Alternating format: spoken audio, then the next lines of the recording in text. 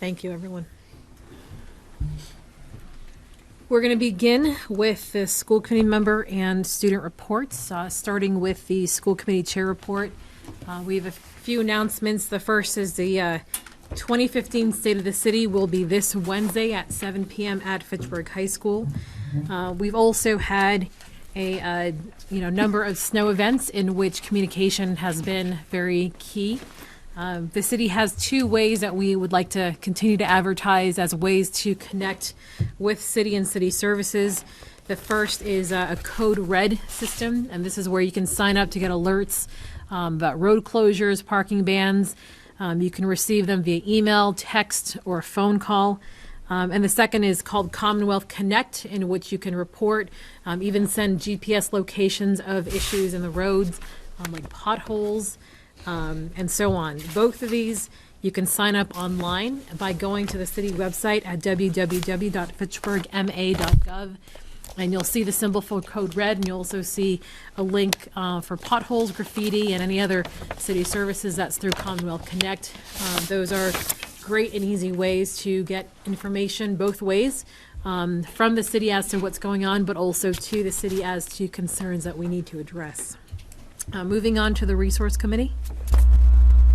This time. Policy. Nothing to report. And student support.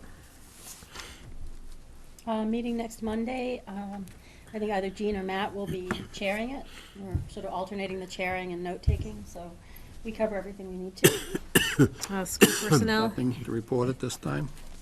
The executive committee, the superintendent and I had the opportunity to attend a press conference at the State House last week on a coalition called Building Upon What Works, and this is a coalition to try to fund a $75 million pool of funding for early childhood education, extended learning time, and for innovations, and it will be available for urban school districts, including Fitchburg. So this is a coalition where various nonprofits related to education and local leaders have gotten together, and we said we want to sort of push a common agenda rather than all of us going separately to the state legislature with our separate agendas. So first that I know of that's happened, and we're going to continue to push and update you on that coalition status. And last but not least, student report. I'd just like to start off by asking how everyone's very snowy break went. Fantastic. Very good, Matt. I was thinking. That's good to hear. It's nice to see you all again. I feel like it's been a while. I'd like to start off on a very positive note. The all-state meet for the Fitchburg High indoor track meet was very recent. I believe it was this past weekend. And our very own Leo Ramirez, he's a senior, he came in first for the shot put. Oh, that's great. So that is quite an achievement, and I just wanted to say congratulations to him, as well as the other stellar performances by those athletes. The classes are gearing up for the very big class basketball games. Those are coming up soon. So there's a bit of friendly competition that's been going on. That's always fun. This Saturday, there are two big events going on for the students. One is the state competition for the theater group. This happens every year. They have this huge competitions of so many schools, and this year Fitchburg High School is doing a play called Going to School. So I wish them all the luck. And then the Ocean Science team competes at MIT this Saturday as well. They have a couple of big competitions, and this is one of them. A lot of my friends are on it, so I get to hear all about it. They're very excited. Along with that, something that I'm personally involved in, coming up this April, I know it's a bit early, but it's called the 5K for Little Feet. It's a student-run organization. I'm not sure if any of you have heard about it. And every year we put on a race to help raise money for to buy sneakers and running shoes for students in the area who might not have access to that. So if you guys know any runners, or if you'd be interested in running it yourself, it's a bit of a hard course, but don't worry, the hills, I mean, they're tough, but they're not too bad. You can sign up at coolrunning.com. So please come out, support us. It's our 5th year, and it is so worth it to see those kids' faces. Just to offer my 2 cents as a last thing, for the snow days, please, please, please make them up any way that you can. And I know that's not something that you often hear. It's normally, yay, snow days! But especially as an AP student, we have like a deadline to meet for all of the tests. So it's really nice to have those extra days. And it's been kind of overwhelming recently with all of the work that's been trying to push into that time. So please, any way that you can make them up, please do. Thank you. Great. Thank you for that feedback. Lizzie, could, maybe, Mr. Roach, you could send out on the little feet? Then so that we could all get it, because we'd like to make contributions, even we can't run anymore. Thank you. All right. So next we have the approval of the meeting minutes from January 26th. Make a motion, we approve them? Second. Any questions, comments, amendments? All in favor say aye. Aye. Any opposed? The motion passes. Any business or communications? Reagan? Yes, we have save the date cards for the first annual district gala. So what I'd like to do now is sort of pass these around the room, and I mean that part of the room as well. The district gala is the first ever we've ever done. It's going to be Saturday, May 2nd at Fitchburg High School. It will benefit the after-school programs in our Fitchburg public schools. This is a long overdue event that we hope will be the first of many, and it will be fun. We're going to decorate the high school cafeteria, so it is very deluxe. This is also an active planning group, so if you're interested in helping, just let me know, let the superintendent's office know, let Pete know, and we've got a really good group. We've got a silent auction with many, many prizes coming in, including ski passes that just came from Wachusett, and DeBonis the florist, and Sabor and hardware, so that's going to be rolled out very quickly. But let me do this now. I'm going to pass some, here you go. And I'm just going to ask everyone, give them to people that you know, okay? And if 2 of us gives a card to the same person, that's fine. We really want everyone to go to our gala and support it. So thank you for putting that together, Andre. And you know, we'll talk about this every week. And all of us, if we all work our circles, if each of us can get, you know, a half dozen people to go, that's really great, because we need help. The state is not super generous. If you are watching our meetings, you know that. So we are doing what we can do to bolster our own supports needed for after school, which so many kids benefit from. I also want to do a quickie add-on. Twin City Paws will have our first, that's the pet club at the high school, which we started. We have our first field trip this coming Thursday, and we're going to have our kids go up and visit Ahimsa Animal Haven in Templeton, where many stray animals from Fitchburg end up going. So the kids have been raising money. They've been gathering shoes. That's been at the high school. I'd like to thank Ms. Coralie Rivera for being our faculty connection, and also Mr. Roche for helping to set this up. I was there today, and I was collecting all the shoes from the collection box, and 2 students came up to me and said, "Can we help you, ma'am?" And they were so, you know, nice and polite, and I said, "Sure." Actually, it looks like people put trash in the box. They cleared out the box. They helped, you know, bag up the shoes for me. They took away the rubbish. I just thought, what a cool school. I mean, I'm just sort of doing my thing, and these 2 kids, I have no idea who they are, and they were super nice and super efficient. And then Jaziel, who we've met from Academic Success Center, he came and spoke before us. He came up and he said, "Hey, how are you doing? What are you up to? Can I help?" I'm like, "Yeah, thank you." And I thought, what a cool place to go to school. You know, what an incredibly cool place. All of our kids are such shining stars, and I was really delighted to spend time there. So we'll report back on the Twin City Paws field trip. We are the only high school in this area that has a club devoted to helping the stray animals in our area. So, and we don't just help Fitchburg, we help all over. Thank you for those who bring donations. Donations of shoes and supplies can be brought to any Fitchburg school, and we'll pick them up. So I don't remember the name of the program, but Jeremy, you might know there's a volunteers from the high school that came out to help shovel out a lot of the elderly and needy. Yeah, I think that was the Interact Club, but I was talking, who's there? I don't know. All right. I think Well, it was the interact we- club, but I'll find out. We've had a number of volunteers from the high school, from Pittsburgh State, from the church groups who have volunteered to help out elderly. So I just wanted to thank all of Nice. those who came out. It's not easy work. It's kind of back-breaking work, but we really appreciate all that came out and helped. All right, any other announcements or business? Seeing none, Superintendent? Okay, thank you, Mayor. Just a couple things of communications. One is, I'd like to personally thank the DPW for working with us. People may not realize how much interaction we have, and the wider the roads, the more interaction we have.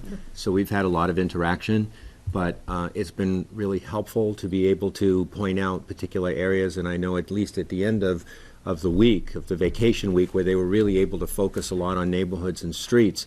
You know, I called and we started talking about, you know, snowbanks at our driveways or places where specifically we thought there would be challenges getting in and out of our schools for safety and for kids. And, you know, they were really helpful to say, give us a list of these places. And one of the highlights of my week last week was looking out the window and seeing a gigantic snowblower going down South Street and watching a line of dump trucks, which is every kid's dream. But it was just great work. So I know it's been a challenge, and I think people have really tried to rise to the challenge, and we really appreciate it in the schools. And then the second thing is, for the gala, just a reminder that there's going to be a silent auction as part of the gala. So we're starting to gather items for that now. So if there's anyone out there who runs a business or has some sort of an activity that they do or something that they'd like to do to donate, they can either contact my office or contact Jean or Sally, and we'll, if we need to, we'll go pick it up. But anyone who wants to contribute to the silent auction, that would be great. We had a number of student groups here for tonight. I'm not sure. I know Chris is here. I don't know who else is here representing the other two groups. So it's just Chris. So there's no warm-up act, Chris. It's going to be just you. Chris Landry, I think most of you remember him, science teacher here.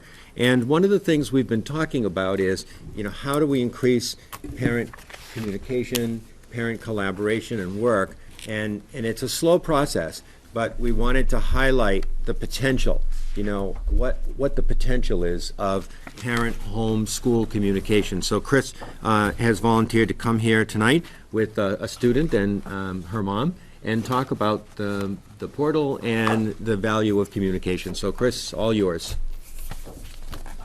Hi. I feel like I come here often. So thanks for having me. I'm Chris Landry. I teach here. I teach 7th and 8th grade, so I have a wide variety of parents. I use a lot of technology in my classroom, as some of you know. And when I was asked if I would talk about the X2 portal system, I thought, yeah, I mean, we need to talk about it more. I think it's an underutilized software in the sense that I don't think enough parents understand how to use it properly, and I don't think as a district we don't use it to its fullest capabilities. So I just want to go through a couple of ideas on what that is. Everybody's here familiar with the X2? Mm-hmm. Everybody not? It's because I don't want to go too fast. Anybody not familiar? Well, and there are people at home who might not be. That's true. So I'm just going to log in quick. The nice thing about this piece of software, which is web-based, is that you can get on it anywhere. I don't know if you guys realize that, but I've had students who get onto their X2 on their game consoles. I've had kids get on their PS2s and their Xbox Ones. So when parents say, "Oh, my child doesn't have a computer," they wouldn't know how. I was like, no. Mm-hmm. They got a video game system online. They can get on this thing. I don't want to hear it. So our home screen here is an important screen. For teachers, it tells us important things like when our educator license is up. For parents, usually it tells them important things like when progress reports, report cards are going out. That's an important feature. I know I've talked to a number of parents over the years who've said, I didn't know this was happening, or I didn't know, and I said, did you know about the X2 system? No, I had no idea that this thing was there. I was like, oh, well, let's get you introduced to this so that you can get on board and you can have this communication much better. For teachers, the two best parts, in my opinion, are the grade book and the attendance. The grade book allows me to have all of my classes completely linked together so that if I need to do assignments, I can do the assignment once and it will get linked to all my classes, which is really helpful for me. It also allows me to, so I have a flipped classroom. Is anybody here familiar with flipped classrooms? It's a new concept going across the country, started in Colorado by a couple of gentlemen. So those of you who aren't familiar, traditional classroom makes the teacher the center of the class, and they do lectures, and they bore the crap out of us usually. And then flipped classrooms, we put the teacher away from the center, and we put the kids in the center. So I'm not lecturing in my classroom. Instead, the kids are doing active inquiry-based learning around the units, and we use a lot of digital media for that. I have video lectures, and I have podcasts and all kinds of things. But the nice thing that my students really like is I created all of my assignments as digital assignments. So what that means is if you're absent or if you're missing an assignment, you can simply click on my personal website for my class, open up the PDF file, and start typing in it. So what does that have to do with this? The X2 system allows you to make your assignments uploadable. So the students do the digital form of my worksheets, and then they just upload it directly to X2. There's no losing it. There's no, I don't have a printer. There's no, I can't afford ink. There's none of that stuff. It's a really nice feature. I'm really trying to hammer it in my students. Why aren't you using this? It works really well. The other nice thing is that under Student, when you go to the Students tab, it allows you to, A, see everything that I need to see for my students. So anything that's vital. But the other nice thing that I don't know enough teachers know about is there's this great option that allows me to email all my parents and my students in one click. So once I've updated all of my grades, like I just did on Sunday, I can then click option email, and I can email all of the parents and all the students that are in the X2 system in one shot, give them a little message, hey, grades are up, please check it out, and all of my students and all my parents now know the grades are updated. I just got that email on Sunday night, and I checked X2. It's really handy, isn't it? Yep, it was great. It's a great feature, and I don't know enough teachers are familiar with that, even though we've done plenty of workshops. And I'll say the only downside that I have with X2 is if you look at it, it's very, for a lack of a better phrase, because I'm a science teacher, dense. Yeah. There's a lot going on in there. Right. And so for some people, they look at it and they're, oh, I don't know what to do with this. But I always tell parents and students the same thing. No matter what tab I press, every one of these does the exact same thing. So that's where it fixes itself. That's where it gets less confusing. So for example, if I go under options, it gives me queries and it gives me options to do with that. If I click on attendance, I still have the option where I can send my emails or I can do things. Options reports help. They're always there. And they always give me similar features. It's a really nice thing that I try to remind parents and students. If you ever get lost, go to one of these three. It's probably where you need it to be. So the last thing I want to talk about is with this setup for teachers is it gives me quick access to information really fast about each of my classes. So it tells me when they're meeting. So today, these were my class times. It lets me know what's been posted and what's not been posted. But the more important function of this is on the page directory, you have the ability to create a class website on this. Now, some schools have it, some schools don't. Memorial doesn't have it. I think the high school does. It's a feature that should be used more. It would open up X2 dramatically. I only know so much about X2 because I used to teach in Lowell before I taught in Fitchburg, and this was Lowell's main portal, and we used it like crazy. And so when I found out Fitchburg was having it, I was like, great, I already know this. It'll be easy for me. So I'm going to hand this over to Michelle. I'm going to log off. She can log on. And let her talk to you about the parent's point of view. Thank you, guys. This is my daughter, Michaela. Michaela is in 8th grade. She does the flipped classroom with Mr. Landry. I love the system. I think it's great for parents. If even if you're not so-called computer savvy, as we say, it's simple, it's easy, and believe it or not, you can track your kid without them knowing it. So I'm going to log in for Michaela. Run through started that for me. Oh yeah, let me add a go ahead. Let me add a little feature why Michelle is having Michaela log in. I wonder. I don't understand why. This is one of the only things I don't understand about the X2. But getting parent accounts for the middle school level is very challenging. But in my opinion, almost not necessary, because if the child's being honest, you can just do what Michelle's doing, which is have your child log in for you and look at it that way. So anytime parents ask me for an account, I say, just have your child log in. And if they say, for my team, I run X2 for my team. We made that a much more efficient manner. So for my team of 4 teachers, I run everything on X2 for them. So when a student says, oh, I forgot, I say, well, come to me. I'll give you your new one, and we'll be all set. So Chris, your whole team does this? My whole team, in September, I set up X2 for the whole team so that everything runs efficiently. I get usernames and passwords all set out on a printout. All the teachers have it, and then when there's any issues, all the kids come to me, and then I fix those issues, either by myself or with Mrs. Goodchild here, who does it for the school. So it works out pretty nice. How Michaela got into this to start off with was her first initial and 7 digits. Six. First 6 letters of your last name. And for the password, it's FITCH and then your lunch number. So she's always got her lunch number. She's had her lunch number since she's been in 5th grade. So this is how we got in. If you take a look right now, Michaela has gone underneath her academics.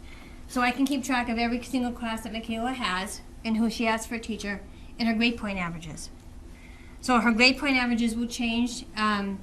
First they start off with at the quarter, when the quarter ends, so I can get her quarter grades, and then when report cards come out. If we move over to groups, there's nothing there.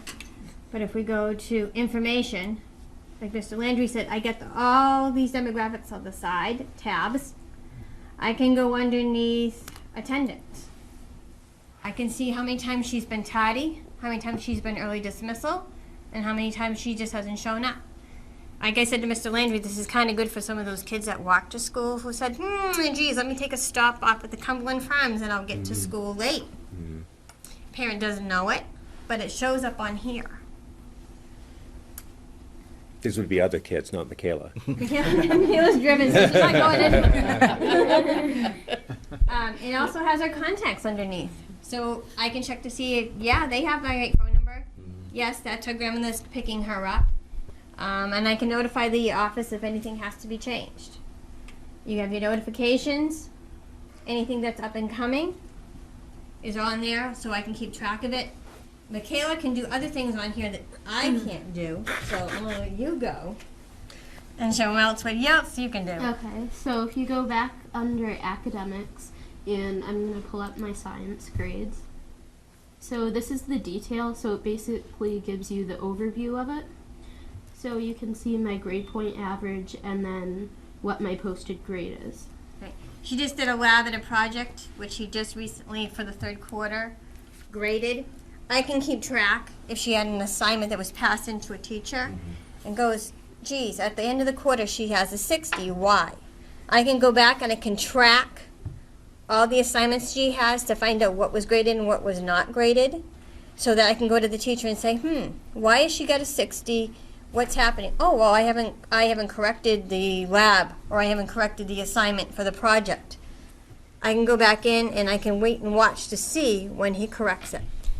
Yeah, so I went under assignments and details. So if you see one of your assignments listed, you can check the date it was assigned, the date it was due, and your score. And if it comes up missing, then you should see a teacher and turn it in. So that's what I like about it, because if you're absent, you can know what you missed, or if they just didn't get it somehow. Michaela, I'm going to interrupt you for a minute. Yeah. Just to dovetail off that, the nice feature that X2 allows teachers to do is special coding. So for example, I have MA for missing assignments and AB for absent. So if those codes come up on a student's grade, they know missing assignment, it immediately says not graded, or AB, excused for an absence. And in my class, I give the kids about a week to make that up. Do you want her to show you the tab that she went under for her last project? Absolutely. If she Pull it wants up. to. Wait, on your website or like? That's, Yeah. Okay.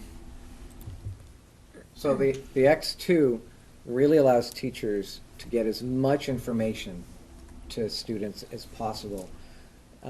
I would say as a teacher, that whole thing for me setting up all 4 classes and getting everything set up probably takes me about 15 to 20 minutes to just make sure everything is running and everything is smooth and getting all the stuff printed out. I don't think as a teacher that's a lot of time for me to invest in my students. I don't think it's a big deal. So I would say that the more teachers invest in figuring out the X2 system, the more they get out of it.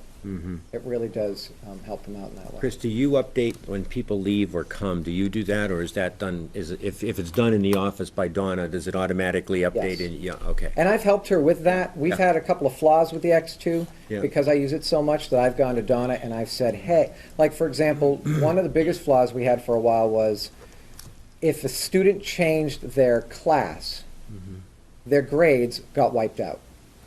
And we didn't understand what was going on in us. So I brought that to Donna, who was wonderful in contacting the X2 Follett company and saying, what's going on here? And they fixed it immediately for us. Okay. And now we've had kids change classes and their grades have gone with Good. them. And we actually recently had a kid who was, he was dismissed from the school, so he wasn't a student anymore. And then when he came back, there must have been a backup or something, because when he was re-registered for the school, his grades came Right back up. It came right back up. So that was a nice feature that they fixed as well. Yeah. Now, is this in all the schools already, or is this like pilot right now that you're? Oh, no, this is all the schools. This is all the schools are doing, so this is as good as the person inputting the information. Exactly. Okay. Exactly. And some teachers get, like myself, get really involved, we get really thick into it, we're using as many features as we can. And other teachers get a little intimidated by the stuff, so they're just using the grade book or they're just using the attendance.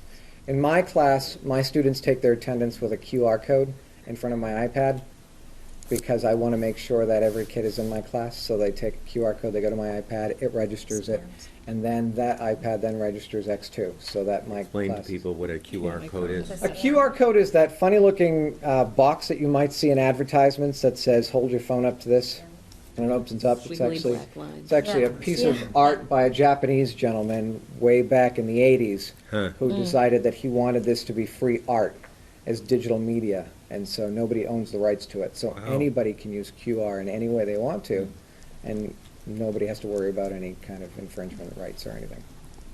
Just have one more question. When you send out the email to the group, are the email addresses there for other parents to see, or is it just their No. email? Like, when you get an email that's sent out to a group, you can see who it is and their email addresses? It's sending it out to a person. Yeah. Okay. So, for example, I always send it out to myself. So I include myself in that massive email, because I want to know, A, did it work properly, and B, how does it look? And so when I received my email, it just had my name, nobody else's. It was all private. It was nice. Okay, so I'm in 8th grade, but I went on under the 7th grade tab in Mr. Landry's website. And so right here is the digital format of the lab worksheet. So if you miss the lab, then you can make it up on X2. You can submit it through there. And the other thing I like about X2 is there's a calendar, so it shows you like when everything's due visually, so you know how close it is. So each that would class be a has a big- calendar, so she Yeah. knows what's due. And there is a schedule on here, so you can see your schedule. Under your groups. Should be under my info, Okay. Yeah. and then third one down. So that's your current schedule, and you can do it in the matrix view like I like to do. So you can see which class you have for Yeah. second and third. Yeah, and I can make a copy of that, keep it on the refrigerator, so if I have to go in and get her, Right. or if something comes up, I can call and say she's in this area. Could you give her a message for me? And I usually get it to her. Students are getting much better about using that, at least on our team. Yeah. They're getting much better. I'm noticing students jumping on the computers, looking at schedules when they know schedule changes are about to happen. They're looking at their information much better than they were before, so we're getting them in a much better habit about this stuff now. Yeah, I would imagine if they have an option to use technology to do something, they're going to do it. Overall, absolutely. It's a nice transition, you know, and on our team, we have the only rotating team right now in Memorial, which means that my 7th graders are my 8th graders next year, which is a great advantage for those students because they don't have to worry about the stress of changing teachers. And when they come into as 7th graders, and I open up even more of this stuff than they might have had in 5th and 6th grade, at first they're a little hesitant. At first they're like, oh. But then as the year moves on and they get past winter break, they're jumping into this stuff. As soon as they know progress reports are out, they're all over their X2. What's my grade look like? What am I missing? What's going on here? Yeah. And the teachers are really getting good about not enabling students so much. And what I mean by that is I hear more and more teachers now answer the question, what's my grade, with what does it say in your X2? Which then causes the students to go, oh, I don't know. Let me go on my X2 and find out, which is a nice feature as well. And the last thing is I can check all my MCAS scores. Yep. That's great. All the way back to 3rd grade, or? All the way back to 2010, yeah. Yeah. You can go all the way back. So every time it updates It for each stays year, right there. it just keeps coming, yep. Yep. Just keeps building. What's the locker? That's where her locker is. Yeah, But- there's. Oh, no that's just information. your locker. Right, that's But- it. Yeah. my There are a number- number of features on X2 that either as a district or as a school, Yeah. they're not being utilized fully. I'm not necessarily sure how useful the locker tab would be. Right. So, you know, there's just some things that we just skip over. So would this allow, I know you said it allows them to access digital homework that you give, but is there an upload mechanism so that if they worked on a project or something like that, they could upload that to? Absolutely. Well, if you're saying from- Absolutely. So if it was an art student and they wanted to upload a drawing or a painting that they did? Absolutely. And because I have a flipped classroom, A, I don't use books, because that's not the focus of the class. And B, it's very inquiry-based learning, so there's a lot of projects right now. Michaela has a huge She project right couldn't now. pull it up. That's probably because Flash has been disabled. It's okay, though. Where they have to make 2 timelines, one 5 billion years ago to now, and the other one's 166 million years ago to now. And in my class, projects don't have to be paper-based. So you could go and make a Prezi or a movie. And I've had lots of students make very beautiful movies and presentations and digital content that they then just upload either to X2 or they email it right to me, which is another nice feature I want to add about X2 that our students really didn't get a chance to use a whole lot, which we're trying to help the high school with, is utilizing their email. So now all students have email addresses through Fitchburg, which is a brilliant move for us as teachers, because what it allows the students to do is have access to us outside of school. Right. So over winter break, I was probably fielding 5 or 10 emails from students using their student email addresses saying, can you help me with my project, or can I upload this today, or can I you know, make up this work in some other way? And that email address works directly with X2. So the students now have emails that they might not have had on their own, which then allow them to use their gradebook in a whole new way, rather than just as a passive way. You know, it's the difference between looking at your portal and just looking at it versus really getting involved in uploading information and really working with your teacher on that. So it's a nice additive. So whoever did that, I thank them, because that was wonderful to do. The other thing I like too is that if Michaela's out sick or it's a school vacation week like we just recently had, he sends her notes. She's got to take notes for classrooms that are on flash drives and all this, and she can sit there and she can flip through all the films and all the notes and take them at her leisure time. He puts up a date. This is when the notes went out. This is when I want them finished by. So if somebody's out of school and is out for some reason, they got hurt, they get injured, they can always go back to the computer and say, oh, there's my notes. So it's kind of a buddy system too. I mean, they have their buddies, they can talk to their buddies about it, but then it's there in front of them. So that's more reliable. Right. That's great. I have a couple of things that I'd like to say, and I guess the first is, since you're here, Mr. Landry, and I think you're getting the testimony from parent and student here, but I think it's really important to note just excellent teaching, and I've just been impressed. I think on one of the snow days, my daughter was over a friend's house next door. She came running back because she got a remind. What do you use that? Remind 101. Yep, that's a great A remind note. You got to do your your flipped notes, and she came running and said, "Oh, I forgot I was going to do that." So that was cool. And the fact that you really have, I mean, you're really an exemplar of the flipped class, and sounds like every day in that room you're doing some cool experiment, which is wonderful, because that's really what science is all about. And I think that's just, and we're really fortunate to have you as a teacher in the district, and thank you for that. And the other thing I feel like I can say, because I am also a teacher, and so I feel like I understand a little bit of the credibility there. We have to be consistent as a district on this.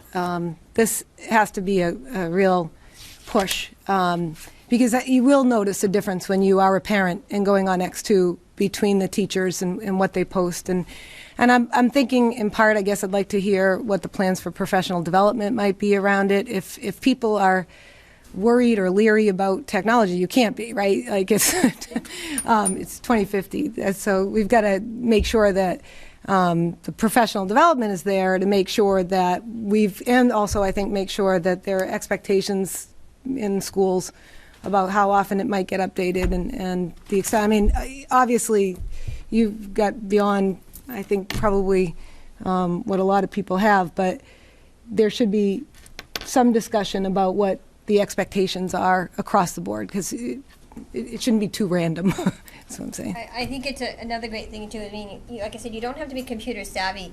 I mean, we're always telling parents, me as a parent, to get involved with your kids and have a kid sit down and talk with you. I mean, this is an easy way at the dinner table at night, and I know there's a lot of parents at work and they're busy and they're out and they're doing different things. 5 minutes, it's all it takes. Watch the kid, pull it up, sit there with them, review their things. I mean, simple, easy as to, why are these kids missing their homework? Why are assignments not being done? It's right in front of you. Now's the chance, the opportunity to say to the kid, well, how come you didn't pass it in? What happened? What went wrong? Something I can help you with? Is there something we can do? And I'm fortunate enough to say my daughter is a high honor student. Some kids aren't that student. They're the struggling, trying to get through the average day. This gives parents the opportunity to sit down, like I said, with them and learn with them. She does it with her iPod. She does it with her computer. She can do it on a Nook. It's really simple. It's really easy.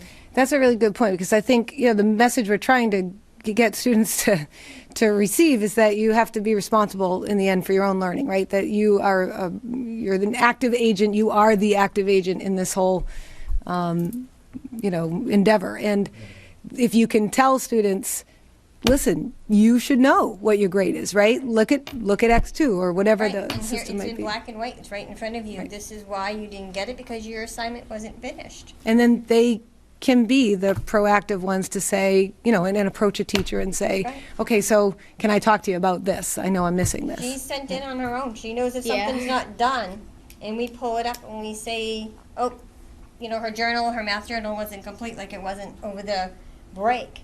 I said to her, when you go in on Monday, you need to go and talk to that teacher why your assignments weren't completed. What happened? I mean, teachers have a right to have a break off too.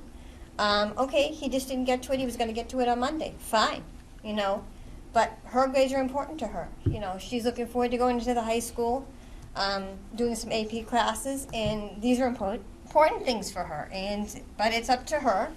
She's 13 years old. Go in and talk to your teacher. Mom's stepping back. Mm-hmm. I want you to Good. take a little more responsibilities for what you do. That's great. I can tell you that here at Memorial, we've had 5 PD days set for X2 alone. I've Okay. done 2 of them, and then we've had a couple of other people come in and do them as well. I completely agree with you, though, that it would be great if we had some kind of district standard of expectation. I think that it's nice to have it, and I feel bad sometimes when I see students from other teams who say, how come Mr. Landry's class gets to do that, but we don't? And I never want to talk poorly about another teacher. You know, we all have our classrooms, we all have our workload, we all have our own things that we have to deal with. So I would never say, well, because that teacher just doesn't like you. You know, it's not going to be that way. But I usually just try to encourage other teachers. I've made myself available here at Memorial for all the teachers. I always tell them, you need me to help you with anything or to fix something, you just email me. We'll get through that. But it would be nice if there was a clear understanding for all teachers. What's the minimum that expectation would be? That way, if they're coming to me from the 6th grade to the 7th grade, they're not overwhelmed necessarily Right, with their yeah. X2. Because you have to know all the parents are talking, right? Your team does this, and my kid's team doesn't do this. So it's so that's the perils of a big district, right? Because you've got a lot of people teaching similar kinds of things. So But I think it gives I'm on the PTO at the school here, and we've tried to find ways to get the kids motivated to do things. This is a good way, one way to motivate them. But we're trying to find ways to say to the kids, you know, look at all these. I think they said if I was right, maybe I'm wrong. Mr. Thomas said there was about at least 300 kids that made honors. Yeah, At least honors this year. we had a good year. And we're trying to boost them to get those grades. I mean, if it's simple as easy as doing something like this, everybody's on computers, everybody's on technology today. It's there for them. Like I said, we're trying to boost that. And to hear certain things that these kids do, the 7th and 8th grade team, if we can push them to say, hey, you know what, that was really neat. They went to Patriots Place. They get to go through the tunnel where the Patriots run through. Just to get those grades up and to enjoy that. And we did like educational stuff there. And they had an education. They had a whole entire. Thank you, Michaela. disclaimer for the It was. Sweet. I don't know the Workshops, education, actually. the aspect of the curriculum of it, but it was a curriculum-based program. They spent the whole entire day there at Patriots Place. Yeah. They learned by the yardage of the fields. They used. We learned about concussions this year. Yeah, so they got to invent their own helmets. That would be, Yeah. it was pretty So cool, actually. It's all based around that. So if we can get kids motivated to say, that was really neat, I Yeah. want to go there, I want to do this. I'll close on that note by saying, just to expand on that idea, my 7th graders this year, we have one sort of challenging class. Their first quarter, half the class was failing my class because they had missing assignments. That was it. If they just turned in the assignments, they'd all have A's. I'm not exaggerating. They really would have all had A's. But I had half my class failing because apparently they thought mom and dad will never find out that they're not turning in their assignments. And I always tell my students, it's my job to prepare you for high school. And I never want a high school teacher to say, you got that out of Mr. Landry? I always want them to go to the high school more than prepared. So I used the emailing system and a couple of letters and phone calls and said, hey, your kid's got an X2 system, make sure you're being aware of it. By quarter 2, I had only less than a third of those students failing. By quarter 3, already looking at it, that class, I'd say 90% of them are going to pass with no problems. Just because X2 was there to let parents know, hey, your kid's slacking. We've got to get this up. So that was how effective, just for that class, the X2 system was. I think that's a good summary that brings it all around to the whole point, and it's really creating the communication. So thank you so much, both of you, for coming out and putting it all out there. This is who we are, and even a little mother-daughter interaction, and I mean, you can't ask for more than that on a Monday night. So Chris, thank you very, very, very much. So So we'll keep following up on this and keep making it a priority. There's just there's a document in your materials. Thank you, Lizzie. Go study for those AP tests. Okay, we'll try to do something about the calendar tonight. So there's a document in your folder, and what it is it's the annual report for FLAC. As you know, there are opportunities for either superintendents or school committee members to serve either in CAPS or FLAC. I serve as your representative to FLAC, and Mr. Stevens serves as your representative to CAPS. So it's just a document that you need to receive, and it's the annual report and the financial statements. The next piece is just an update, and so you received the accelerated improvement plan, and I don't even know if it made it back into this packet because there have been so many packets going around because we've canceled meetings, but it's this plan here that goes back. We're in our 4th year. It was a 3-year accelerated improvement plan, and then the 4th year, and most of it was carryover, and we continued that work, and there were a couple of things that were added this year, and one of them was a random sample of observations and reconvene a team to look for evidence of implemented professional development. And there are lots of activities now going on in the school district where teams of people and folks are going into classrooms and really looking for evidence. You know, one of the clear ones is all of our teachers are being taught, as you are, in retail, and to really be able to go into classrooms and see, you know, some of the implementation of that work. So that was one of the new things. The other new thing was the curriculum frameworks being reviewed and revised, and that work on the frameworks continues. The third part is to implement aligned science and high school ELA and math curriculum with accompanying assessments throughout the district. That work is taking place. And I think, and then the piece that I have not, that I still need to focus on, and that is that all new employees need to be oriented in the accelerated improvement plan. So I'm working with HR on that to make sure that they receive this, and because this is kind of our bargain with the state of what we would do and how we would do it. So that's the accelerated improvement plan, and then you would also receive an update of the goals. These were emailed electronically. Like I said, I don't know if it made it into this last package, but you've got a copy of it either in your past package or you received it electronically. It looks like this. And I had actually color-coded it to try to point out the new things, because most of these goals we carried over. And the first one was a response to the CPR as well as a closer assessment of all programs. So you've already received an update from Roanne, came here on the CPR.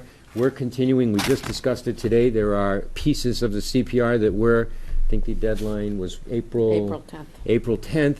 So there are some chunks of the CPR that we're still working on. One of them was translations. What are we doing to provide translations of all of our documents and our handbooks and the like? So we're preparing our response to the state on that. And then on the second page, under student learning, was to secure the funding for Footsteps to Brilliance, which is that software that I've talked about. We're looking now at it for preschool to kindergarten. We have now partnered with, we have 2 or 3 different partners, because it's an expensive undertaking of over $300,000.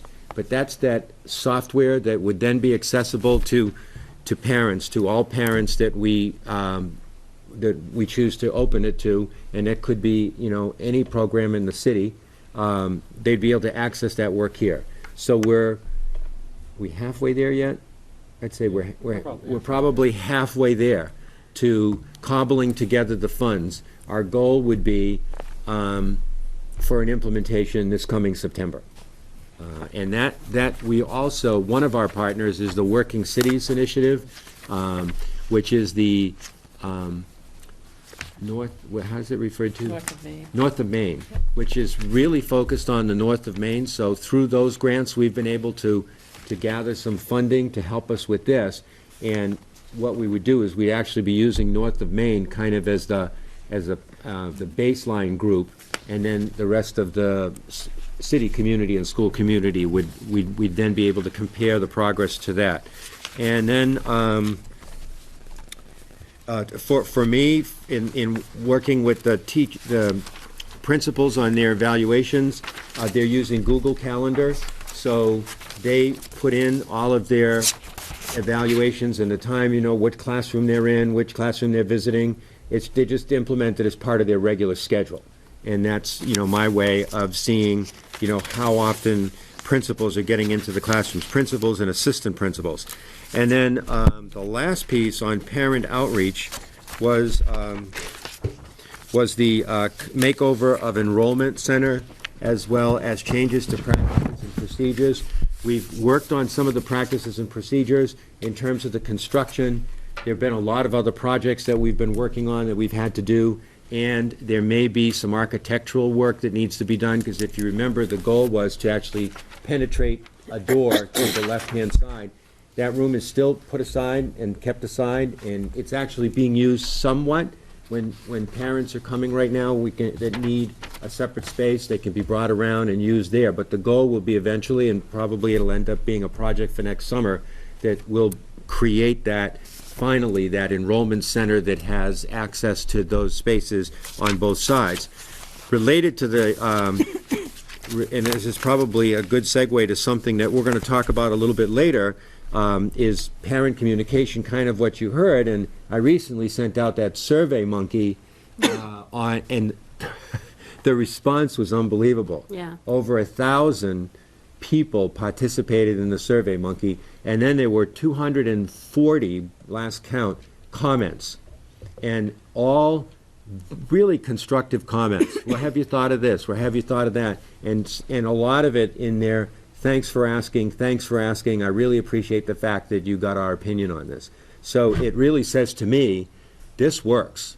Yeah. So this is now a tool that I know that if I send stuff out like this, and we're trying to gain, parent responses. I was talking to Paula yesterday, or the day, I can't remember, it would have been last week, and SurveyMonkey has some really good templates of parent surveys and staff surveys that are already there, and two of them were done by Harvard University, and one of them is already translated into Spanish.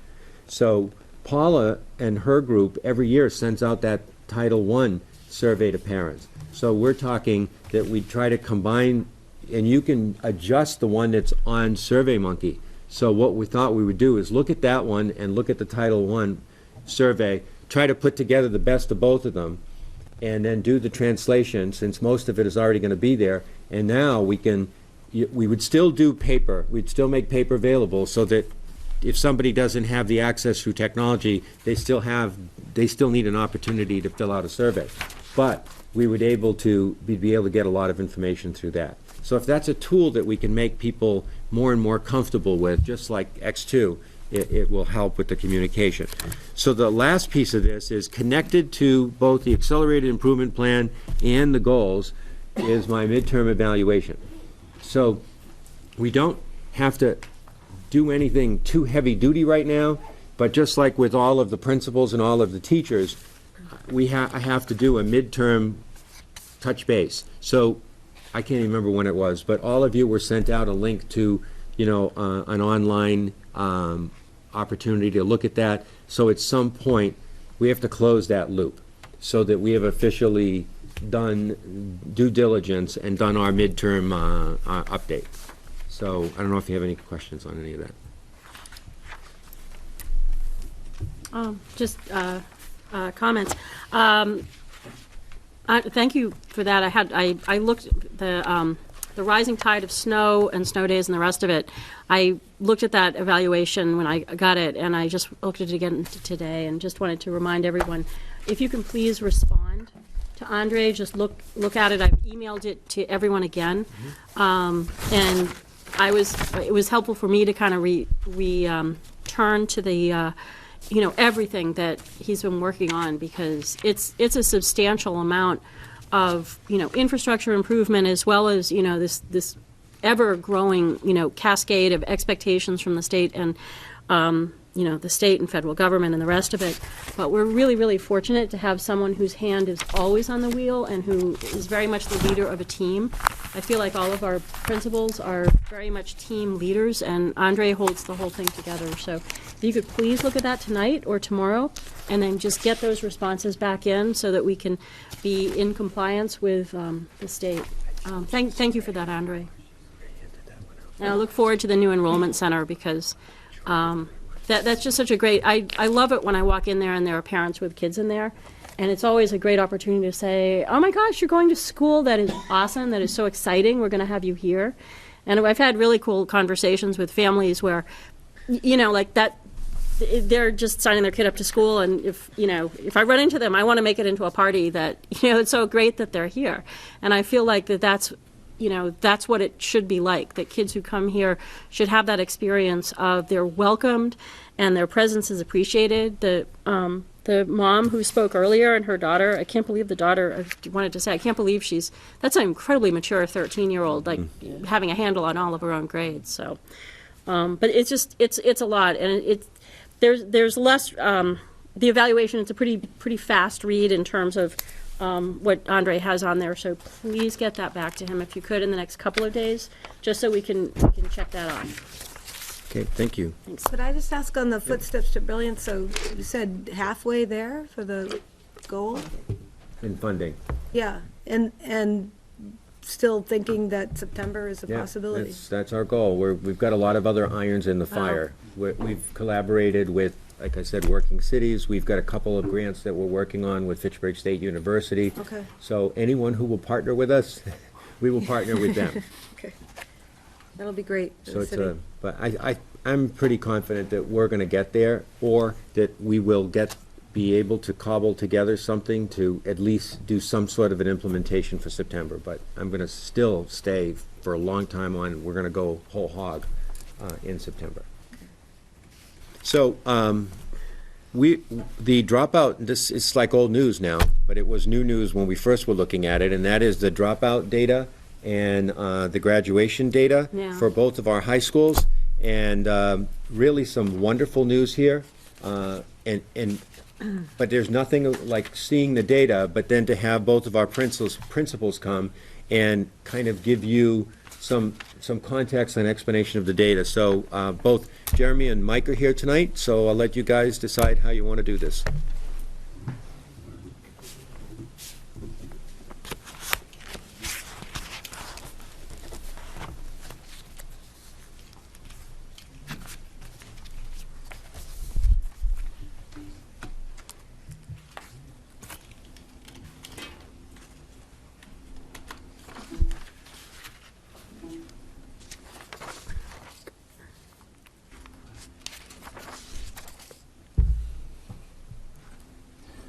Okay, so I'm gonna review the Fitchburg High School grad rate, four-year graduation rate, and dropout rate data that we just received recently, and that we've been organizing and looking at, sort of peeling back the layers of the onion, so to speak.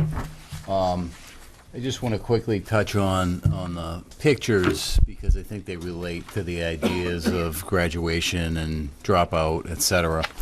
And you have, a picture of our John and Abigail Adams scholars in the red shirts sitting on the auditorium floor, which was an activity that we integrated in this year as something to really, I think celebrate their work and the effort of the students and the teachers in being able to achieve that. I think that the graduation picture speaks for itself, but certainly, again, it's a celebration of a long journey, and we heard from folks today who have a lot to do with that. The middle school teachers, the elementary school teachers, parents, and all the support. School committee, everything along the way that kind of helps open the doors for these different opportunities that take place. You can see one of our Honors Academy cohorts, that Fitchburg State photo that was taken of them, in one of their tours as part of the compact that we have with Fitchburg State. And then, our flag foyer, which I think says a lot about the school that we are and how it's comprised and what it is that sort of goes into the makeup, that essentially our goal is for every student to graduate and no student to drop out. So we employ a lot of different strategies. I mean, this is very simple, kind of general overview, but I would say, you know, it's a collaborative approach to ensure that, you know, I think when we look at graduation, many students are going to graduate. They come in, they're ready to go, they have support structures, they have goals in mind. But there are a number of students and percentages that need additional supports. They need additional scaffolds or safety nets or whatever you want to call them. And so we do have a lot of things in place to ensure that that happens. The other big factor that we encounter is just that we have students coming in and all the time. You know, we were looking at it today, and since our schedule's been solidified, we've had 172 kids enroll. And so we don't always know where they're coming from and what kind of, you know, background they've had educationally, just that alone, never mind anything else. So it does require a lot of different sort of creative approaches, whether it's online courses or the Saturday sessions or after-school programs or kind of different, you know, combinations of a bunch of different things. We are lucky to have great partnerships, I think, with the Mount, with Job Corps, with Fitchburg State, you know, but I would say anything that you see that's reflecting very positively on Fitchburg High School, Goodrich Academy has a lot to do with that because, you know, they're a tremendous, you know, partner for us in terms of helping students who really need an extra layer of support, and they do a great job with that, which I know you'll hear.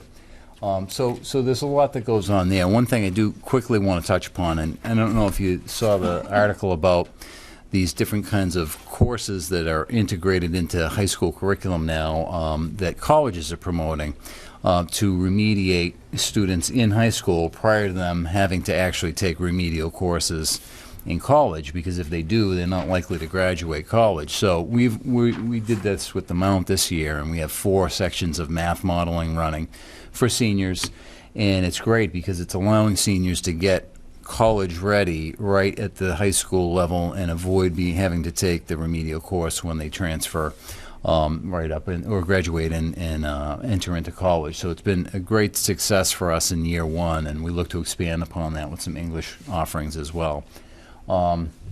As I said, our student assistance team meets regularly, and we look at a number of different factors. We look at failure, we look at, you know, in terms of courses, we look at attendance issues, discipline issues, and then social emotional topics that come up for students, and then we put in interventions and monitor those. And we keep Google Docs about that through Excel typically, and we just come back to it. And I think it's helped a lot in terms of us being able to keep track, because as I said, you know, we have our population and then 172 enroll. I think 2 enrolled today, you know, so there's someone new every day. And so to keep track of that, it's very important for us to really kind of pay close attention to it. One of the things that we do emphasize with the students too, we do seminars at the beginning of the year, class meetings, et cetera, and I've been using this slide because I think it's an important one for students to see in terms of, you know, education level and then the likelihood of employability rates as well as the average salary, weekly salary. So we talk about this and really do emphasize the idea, and we tied some of those college application challenges around this kind of data as well this year, and we've seen some great success with it because ultimately it comes down to, you know, the students seeing the relevancy of it. Again, those students who may not, and there are some always, there's many who are there, like I said, they have the goals, they're going to do it, but then there are some who need a little extra, you know, evidence, I guess. So our specific data this year, we had 81.8 four-year graduation rate. In looking at that, there was a little bit of a decline, which we were disappointed with, but overall, I think in terms of in comparison to the other urban high schools, and then also getting closer to, you know, and coming across a number of years here, I think this is 9 years, you know, and getting across a 9-year graduation rate analysis, you know, we are getting much closer to closing the gap with the state average. Our goal for the class of 2016 is 90% graduation rate. You know, for us, I'll review the PPI impacts on this graduation rate data, but one of the things that happened was we had a particularly small senior class, smallest since I've been in the school, which hasn't been very long, but the smallest I think that you could see in going back a lot of years. and 13 students continued on. So 6 students matriculated over. I think you saw a presentation from Merrill Higgins from the Fitchburg State program that we have as part of our life skills programming to the 22. So 6 of those students moved on, and they count against your 4-year graduation rate. It's unfortunate because really that's a success. I mean, those students being at Fitchburg State is great. That would be 2.4% for us on that class because, like I said, it was a small class. And then we had another 7 students continue on for a 5th year. Again, that's what's right for them. They needed that time. Some of them had moved from different places and whatever, life got in the way. But, when we added all that up, it would be 87%. So we kind of look at that as, yeah, there's 13, but they're in the right place and they're doing the right thing, and we'll get to the 90. And every school deals with that, I'm sure, but it's not an excuse. It's just part of the data that we looked at in looking at some of our 4-year stuff. Well, that's an important point. So hopefully everybody understands it. So that program that was developed at Fitchburg State, it actually in some ways hurts us with the data. So and I brought this up at a meeting with the commissioner and with some of the members and said, if you're looking at data points, because they actually are making changes to how the data is scored, which is, for example, this year, for the first time, for re-enrolling students, re-engaging students, we get credit for that. Because before, you didn't. If you re-engaged them and they dropped out, they were then held against you twice. So now people understand that to bring a student back into school is something that should be rewarded and not punished. So this is one of those cases, too, where by creating this program to allow these students to continue in an academic setting, not only in a high school, on a college campus, it hurt us over 2 points, percentage points. So if somebody's only looking at the data, they say, but that data doesn't represent the good work that was actually done.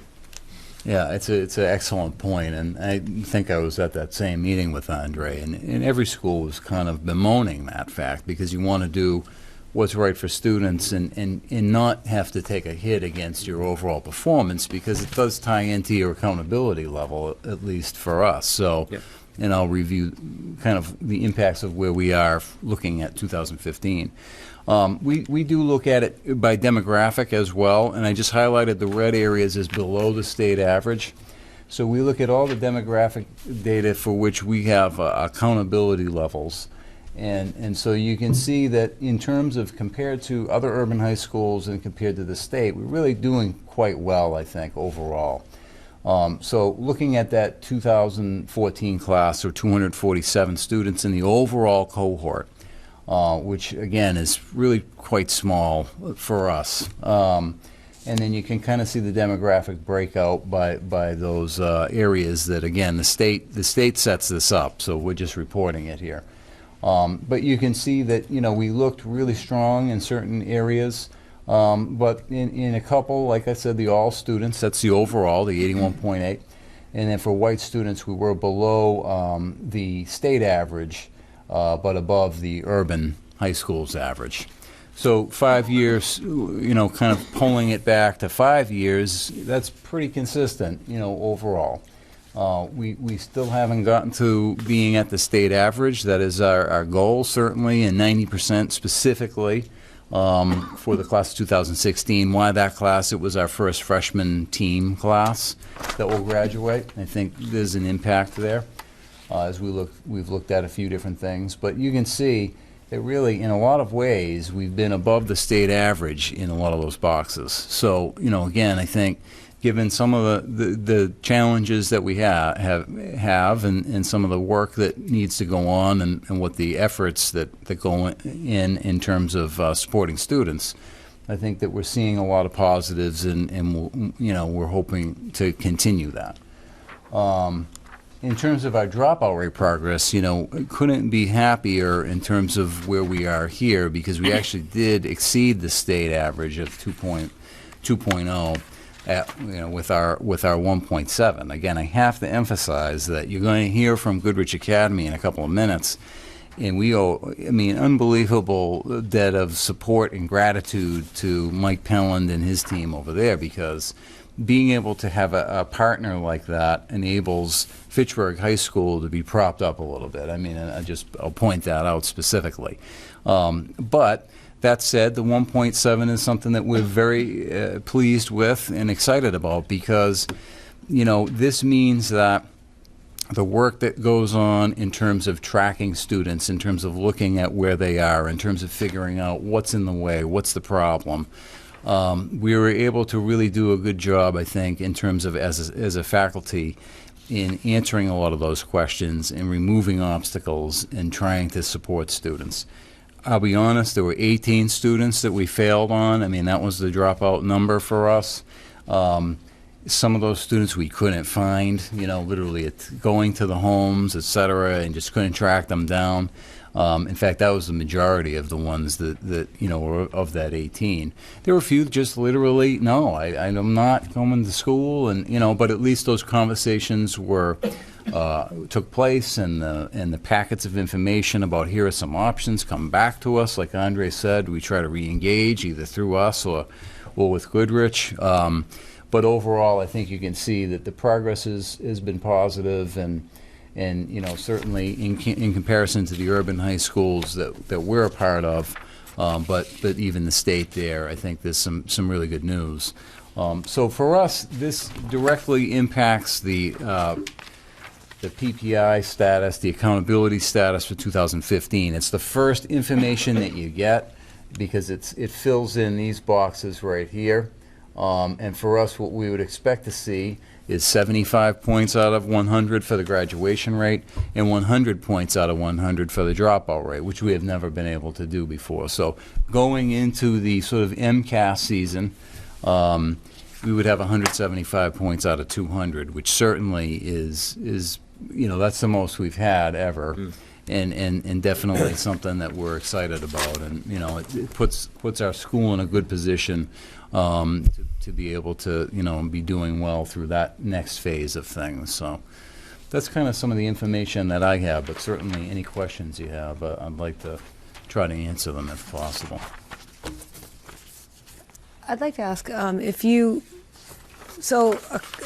taking into account the students who went on to the Fitchburg State program. So, all right, so I think that's kind of a separate issue. If you looked at the other students who, didn't graduate, I'd be curious, and maybe it's not worth knowing, but you could tell me that, how many of those kids you had since freshman year? Yeah, I mean, I can tell you there were students that enrolled for one day and disappeared. And literally, that then is a dropout for you, and it's going to be counting against your graduation rate. And there's that this thing happens. the commissioner should be looking at. Right, Well, I mean- that's what I'm saying. The data doesn't tell any story at all. Yeah. It's very raw, and it has no place. And those are the conversations we're having as urban districts Yeah. with the commissioner to say, if you're going to use data, that's great, but, you can't compare a student who enrolled for one day and dropped out and a student who's been there since freshman year and we fail them and they drop out. And in this, the same thing, I'm looking at attendance right now, and this is the next topic that I'm going to bring up the next time we have our meeting, is that between snow days and makeup days and a day that's on during school vacation, that's going to affect our attendance. And the attendance is one of the components that makes this up. Mm-hmm. So is it fair to weight this year's winter attendance equal to last year's winter attendance? Or somewhere there's got to be some way. For a lot of districts, they don't care because it doesn't affect they're not worried about their level or whatever. But for our high school, percentage points in either way are the difference between a level 3, a level 2, and a level 1 high school. Do you think we're closer then to the state average if you were looking at the kids who have been with us since freshman year, or?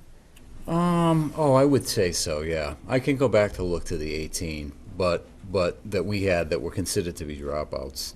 What will happen too is we'll get the 5-year graduation rate a little bit later, and hopefully, that number will be much higher, and again, I look at that as a positive because it's not going to be the same for every single kid. And some of the students, it's kind of like the Tim O'Brien novel, The Things They Carried. You don't know what they've been dealing with and encountering, and they've moved a number of times, so they might just need a little bit more time And we view that as a success. I mean, that's a positive. You know, that you took 5 years to graduate is not a negative as far as we're concerned.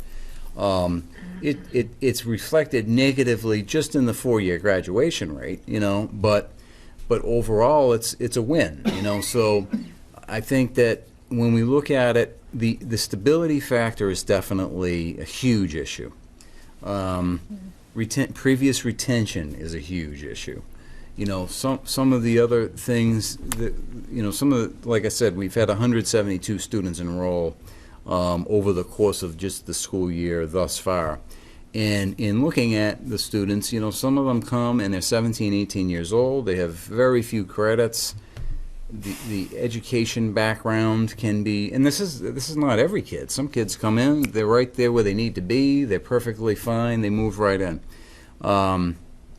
But I think, you know, students who've moved around a lot of times, I mean, there's acronyms for it, SLIFE and SIFE and these different things that, you know, it's particularly challenging to then graduate on time. I mean, in fact, the state has a tool called the Early Warning Indicator System that we look at for the 8th grade and then our own data, and that's one of the factors. You know, it certainly is one of the factors because it just hits the attendance, and when students are missing school, you know, like Andre was saying about attendance, I mean, when they're missing chunks of time, they fall behind, and then it's tough to recover. And so, you know, I think, as I said, we were really happy about, you know, being able to exceed the state average by being lower.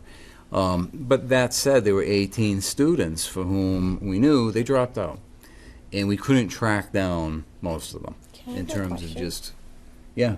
How much of the, would you say the percentage of those that dropped out, there was a behavioral, like they had a behavioral component or IEP or any mental health? I would say all of the above, but not every student. Because the reason I'm asking, because I'm wondering if there could be collaboration with community-based organizations. Yeah. In terms of teachers can make referrals for these students once they are identified. Sure. And an agency like where I work, we do work with, if they do fit into all of these categories, then we do work with these students and their families in school refusal and all that. Because I do have students on my caseload that all we're dealing with is school refusal and partnership with the schools in terms of increasing school attendance. Yeah, no, it's that does go on for sure, and it's a great point. We have a lot of outside counselors who work in the school day, and it supports, you know, many students who otherwise wouldn't be able to participate. Right. And I think in some cases it is it's that sort of anchor for them to be connected to the school. You know, it's just another safety net, I guess, for lack of a better metaphor. But you're absolutely right. I mean, every student has a different story, you know. But are those some commonalities that you raise for some of the students who drop out? Yeah, I would say so. And at least if they were placed on a community-based list, then somewhere they're picked up in the system.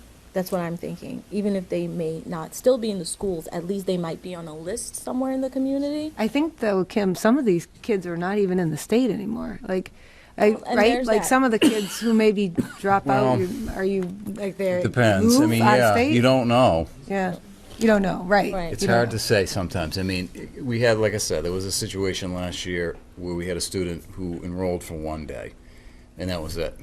So it's hard to even say they dropped out because they barely dropped in. You know, we weren't even really able to work with that student, and that was so frustrating because, you know, as Kim noted, I mean, there's a lot of different balls that we can roll out to the student to help them try to play the game.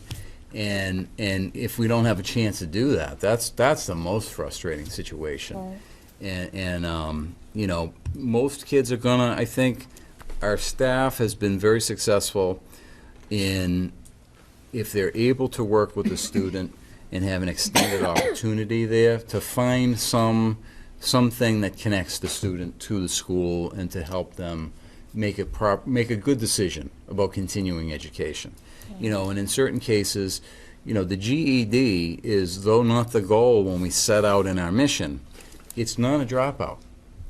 It's not a graduation, so your graduation rate is lowered by it, but overall, it's not a dropout. And it at least allows the student for the opportunity to pursue some kind of higher education at a community college, maybe a military opportunity, maybe a vocational training program. I mean, when we get to that point with a student, we're basically pulling out all the stops in terms of, you know, how can we continue with you so that, you know, I'm just going back to the chart, you know, that we know what the impact is going to be if the student has nothing, has no educational attainment whatsoever. It's not likely going to be positive.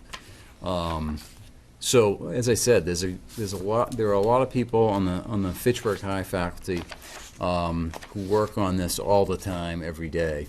And again, we're happy to see some of the results because it's success stories that we kind of know.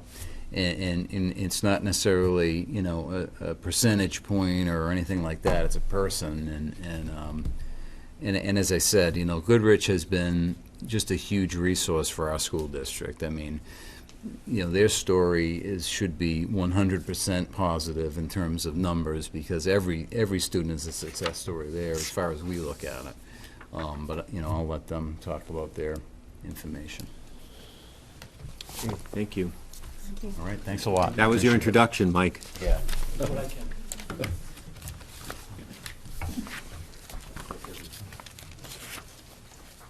Pull up a third chair there.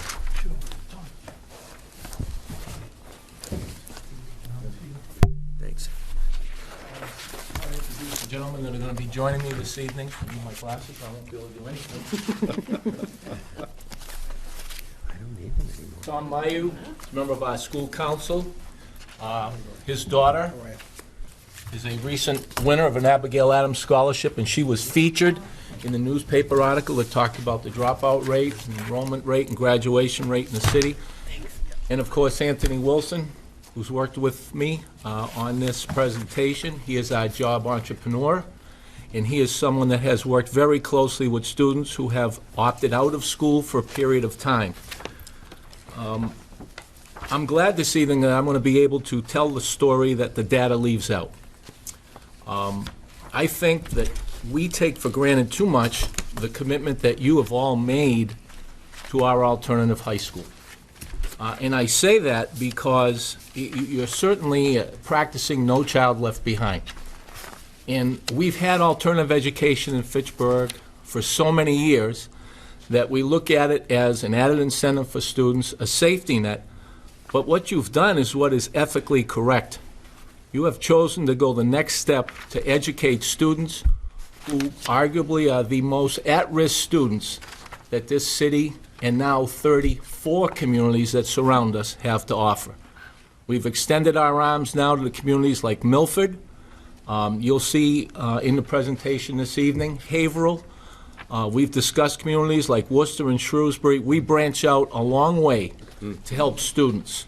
So I'd be remiss if I didn't mention this because I hear this from parents all the time. Why don't we have this in our school district?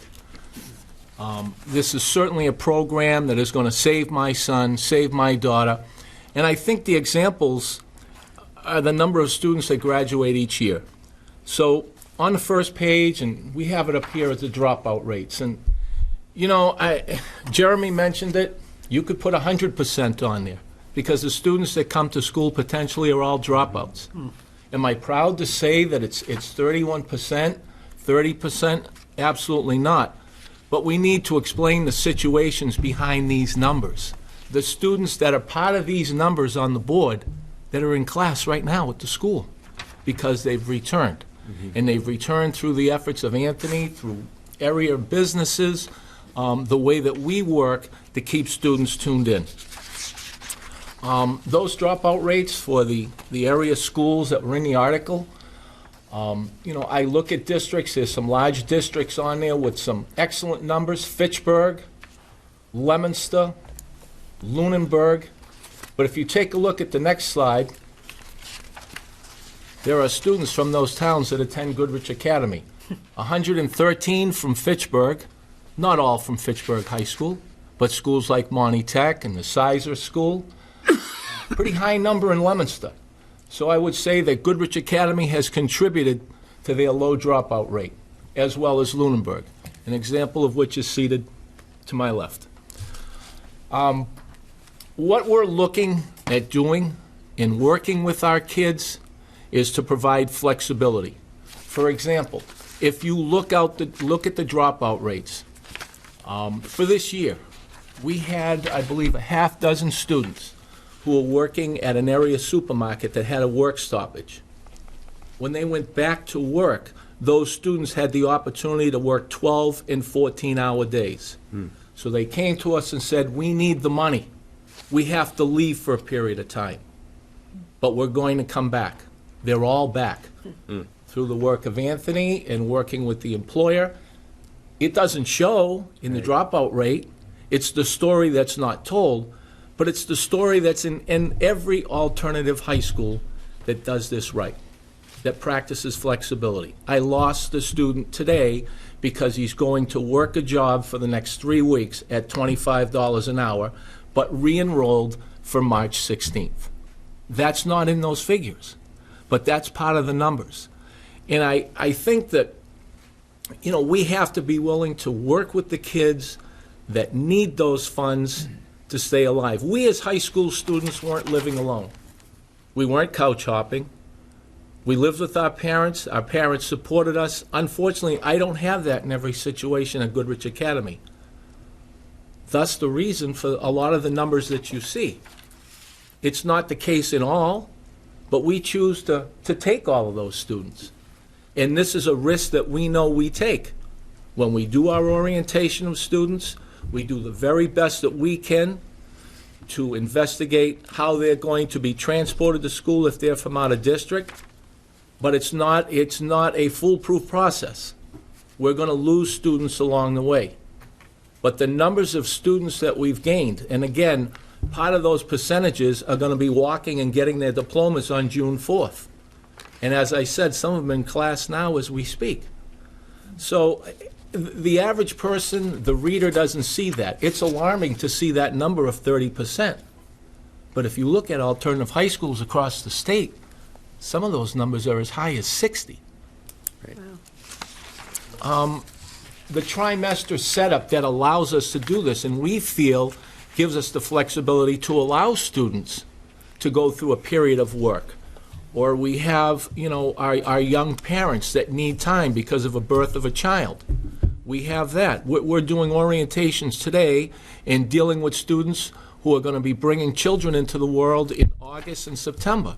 So they're going to do the remainder of the school year with us, starting the next trimester through the end of the year, and then they're going to take a trimester off. They're going to be a dropout while they have their child, but they're going to return, but it will never show in these figures. So again, when you talk about the story behind the story, that's the explanation.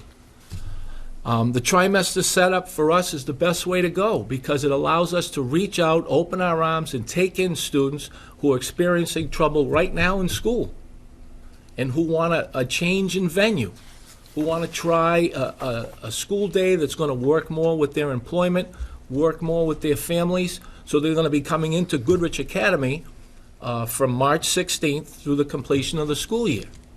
Now, in that time, things may change in their lives where they're going to have to take that first trimester off next year. They're going to register as a dropout.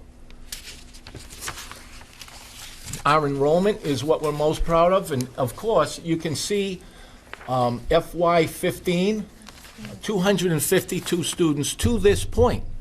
We're going through orientation the next 3 weeks. The potential is there to add 60 or 70 more new students, which will give us our highest enrollment figures that we've had in the last 10 years. Now, with those numbers, the dropout rate could possibly increase because of varying needs of those students that we add.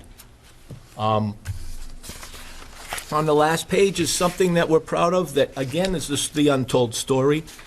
We're looking at our 10th consecutive year this year of graduating over 100 students. So that's something that we're proud of in a school that enrolls between 175 and 200 students, that we will exceed 100 students at graduation. I think those are the things that we need to focus on. Those are the things that we need to look at when we think of Goodrich Academy, when we're reading about dropout rates and graduation rates. This is more the alternative side of it, and it's our job to act as a safety net, number one, to a school like Fitchburg High School, because they are our sister school, but to other students in the community who are coming from the other schools that are seeking a new venue for their education, whether it is from the Sizer School, and we've had a lot of inquiries there, as well as Monty Tech. So with that, I'll take your questions. Great job, Mike. I just want to thank you for also structuring the graduation so that everyone can hear those stories. I think that's all our favorite parts of the graduation is when those 4 students are chosen and we get to hear their stories. So appreciate it. I agree. What's the average amount of years that a student might be with you? Like, I'm going to say 1 year and 2 trimesters, just Okay. under 2. so, and do you think a fair amount of those kids have registered as a dropout at some point in that year? On those Yeah, numbers that's from the all other that is. districts. Yeah, okay. Yeah, and I think some of it too. Oh, right, I mean, right, there from are the other students that have been out of school. We took a young man today who was 21 years old, but he only needs 2 classes to graduate from high school. He's here from another district. That school has said, you're too old to be with us, try Goodrich Academy. That's fine. I mean, that's how we're able to acquire students. They quote-unquote age out at other schools, and I understand that. You know, I understand why when there are freshmen in high school at age 14, where it's not always healthy to have a 20-year-old student with them. But that's what Goodrich Academy is for. But again, that's the risk you take, particularly when you open your arms as wide as pretty close to 35 surrounding towns. You It's know, amazing. if we accept you in school and you live in Haverhill, I'm really banking that this transportation Right. that you're presenting to us is going to work out. Or Milford, or Shrewsbury, or Worcester. It's a totally different animal than all those area high schools that we're compared to and talked about in the article. And I think something that you have to look at with this as well is students, they seek a venue that they feel comfortable in today. They visit Goodrich Academy like they visit colleges. This orientation process, we were able to meet with 9 families and students this morning and this afternoon. They're also visiting other schools. No one has to attend Goodrich Academy. We are not a neighborhood school. And if we're not producing the proper product, we're not going to be able to go on. We're not going to have enrollment figures like the ones we have now. So it's interactions with staff, it's interactions with people like, you know, the Anthony at the workplace, the first face that they see when they come in the building and how they're treated at orientation. All those things are critical. We're competing for students. And that's the attitude we take every day. Great presentation, Mike, and great work from everyone. Goodrich Academy is a really amazing place, and I've talked to many students over the years for whom it has changed their lives, and there aren't many institutions that can really change someone's life and really help them become who they should be and who they want to be, but Goodrich is one of those places. And I noted this time that our in-district students amount to 113, and out-of-district is 139. So I just wanted to make note of that and to let the folks watching know that we serve every child that we can in Fitchburg, but we are, is this the first time that our out-of-district has exceeded? No, it's not the first time. Our numbers have always been maybe 52%, 53% out of district. In the early days, not so much when we were here, but getting that venue on Goodrich Street has changed a lot. You know, in the school, we've been more attractive, I think, because we're our own place, and that orientation, that interview, it means a lot to be able to have the facility that we have now. I mean, when we were here, it was tough because we were a tenant. Yeah. Now we're an owner. Now we're able to put our program out there. We're not using somebody else's classroom. We're not borrowing somebody else's bulletin board. The principal's office is no longer in the athletic storage closet. I mean, we have, that's what it was. Yeah. And that's why I appreciate what we have now. But I mean, you can't take for granted what you've done in supporting this. I mean, you truly embody No Child Left Behind. And when I speak with other districts, you know, we want to get this started. But we can't do this, but we can't do that. Well, it's never been that way here. It's been support, and that's why we've been successful. Great. Thank you. Thank you. I don't want to put your parent on the spot, but I don't know, as a parent, did you want to add anything from your role on the school council or as a parent? Well, thank you for the opportunity, but my daughter's from, we live in Lunenburg, and she was not doing well, to say the least. And we talked about it, and she was considering dropping out at the age of 18, which happened last month.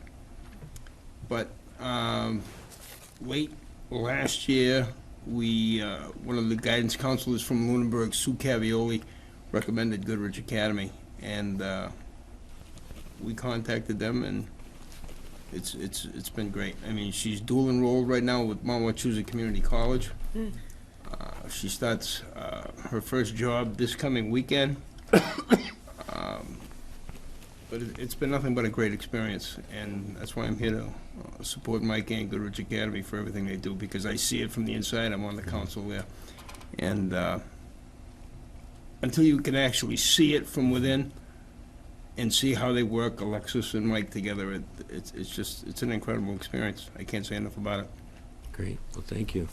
We also include Goodrich Academy and the Pittsburgh High School Alumni Association and our awards program. And how many did we have last year, Mike? 19. 19. Yep. I mean, Well, with that... and also the college, you've had changes in terms of which Goodrich colleges Academy. they're going to, and four-year think- colleges now. The name change itself, we have students applying and being accepted into four-year colleges now. And I think that we just have a difficult time defining alternative. What does alternative mean? What does the building look like? Is it a place with bars in the windows? Is it a home for unruly students? And it couldn't be further from that.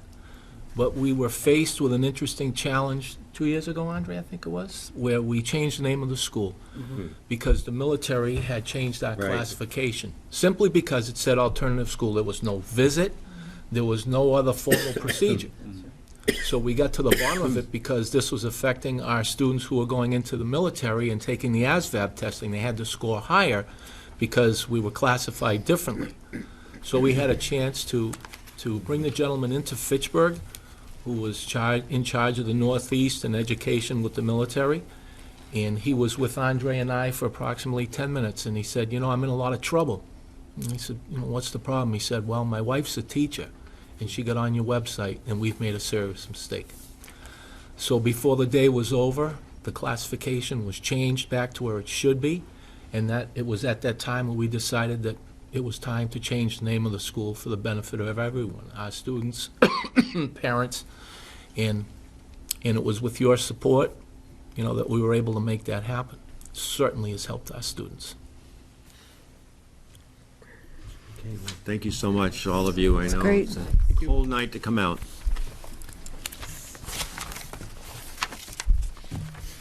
All right. Some of you inquired about grant reductions with the cuts that are happening statewide, so I just asked Bob to just bring you up to date on, I think you do actually have an Excel spreadsheet in there that talks about them, but I'll give you, you know, a little bit more specifics of where we are. Bob? Okay, thanks, Andre. One of the grants that we are taking an immediate reduction this year is the kindergarten expansion grant. This year we'll be incurring about a little over $50,000 reduction. I think the original amount was about a little over $220,000, and we'll be replacing those funds with funds from partially the remainder of the Race to the Top grant. The circuit breaker reduction, where it's $250,000 in the February reduction, was to an earmark that will not affect us any more than the reduction that was made in November. The charter school reimbursement account, I was at MASBO about a week and a half ago, and EOE is supposed to be putting out a list of what the reduction will be by each community. I estimate that the reduction and the reimbursement could be between 40 and 50,000, and that's revenue that goes to the city, not necessarily to the school department, but we're all kind of part of one big bucket. And those are, I think, the most immediate ones that impact us this year. Anything you want to add, Paula, or is that? No. We're looking at the others as the grant RFPs come out, because we know there will already be some reductions in next year's program for the kindergartens. So the question will be, will it be this new amount minus the 10%, or the old amount minus the 10%? But it appears that the state is moving in a couple of different directions regarding some of the grants, different priorities. The other two that you highlighted there, the extended learning time and after school and out of school, so. Those were just grants that we were involved in, and but that did not receive. If you go over to the second column from the right, they didn't actually get reductions in the second shot. Okay. So that was just, I was kind of going over this, looking for what looked familiar to us. Okay. Right. The next one is the revised school calendar. I talked a little bit about the survey that went out. We're already out 7 days. So given that, I thought it was important to look ahead and try to get a sense of, I think Elizabeth said it better than I could have ever said it. Send us to school, So this is the calendar that, based on the feedback from the survey, the two most popular options were the Good Friday and also the April vacation. So this calendar, as you can see there marked in yellow, recommends attending school on Good Friday and for the 3 center days. And that's also gleaning from the comments and talking to other people. There was a sense of do the Tuesday, Wednesday, and Thursday, and that way you've got 2 3-day weekends at both ends. So if somebody wanted to do a reduced version of a vacation or whatever, they could do that. And then we met with the union today on a whole series of things. We meet regularly with the president of the union, and so they were pleased with the feedback and the fact that people were surveyed about this. And then the next step will be, we already had a practice in place that we used during the ice storm, because we need to reach out to the staff who have already made plans for that week. So we already have guidelines, and we'll put a process in place. I'm thinking of using SurveyMonkey to gather the information. So if somebody we'll have, like, I'm going to do a draft of some questions that they could answer, so we can gather that information in and know what's the pool, who are the pool of staff members who we need to make arrangements for. And so we've got something in place for that. We've looked over what we had last year, and then this gives us plenty of time to try to put things into place as much as we can, so that the goal is that those are good, strong, solid academic days, not only for students studying for AP, but for everybody. So our goal will be get a jump on it so that we can provide something really solid during those days. So if you approve this calendar, and the reason it's here is because you do need to approve it, it's a change in calendar, then this would be the calendar that I would then put up and send out to parents. And I did change the wording of get rid of. We have better wording than that. But when we were planning that, those were the words we were using, get rid of that. So I'll send that out, and then officially send this to the Teachers Association, and then begin plans with them on how to address the concerns of staff members. And this topic came up a little bit. I saw it on the mayor's Facebook. And there were a lot of comments that said, why do we have a February vacation and an April vacation? So another survey went out to all the school committee members, you should have gotten them, and to all of the superintendents about this vacation idea. Because my view is that, as part of the officers of MASS, is we shouldn't let districts try to do this by themselves. If there's a ground, and I've seen some of the statistics already coming back, and it's like 80% in favor of combining the two vacations into one. So if that's the case, and probably can't happen for September of next year, because we're gonna have to look at the assessments, the schedule of assessments, and then it probably, for some districts, could require negotiations. But my thought was, talk about it this summer, and then bring it to the November joint conference of superintendents and school committee members, and put it as some sort of a topic, or I don't know how it would be introduced. So you've got this conference, because if a superintendent is out there saying this is a good idea, and the school committee isn't on board, or doesn't know about it, or isn't informed, or vice versa, the school committee says, this is a great idea, let's do it, and the superintendent is feeling, I don't want to do something by myself because the districts around me aren't doing it. If everybody could do it together, it would make it easier to implement. And I would say that the bulk of the comments I've heard and read all are saying it's time for it to change something, that this is not working for us. We need a lot of discussion on that. Need to get it out. We did it before, with 1988 maybe, and it wasn't that good. But it wasn't done all around. It was. No, I mean, we did it. Right. You can't do it in isolation. It affects sports schedules, it affects everything, and superintendents, every year, the emails come through. We've been thinking about this, we've been thinking about that. It never goes anywhere, because in a district like this, you could have staff members from 15 different communities. So if you change your vacation schedule, that means that somebody's living in another community and their kids are on one vacation schedule and they're working in another one, and you're on a different one. The only way it can work is it's got to be something that's done across the state. Not mandated, but I think if the enthusiasm is there, even if 85% of the district said we want to do this, it would work out more smoothly, because it's got to be a bulk, because it is going to affect scheduling of assessments. You know, we already ran into that when we were looking at graduation, which is the first week of June.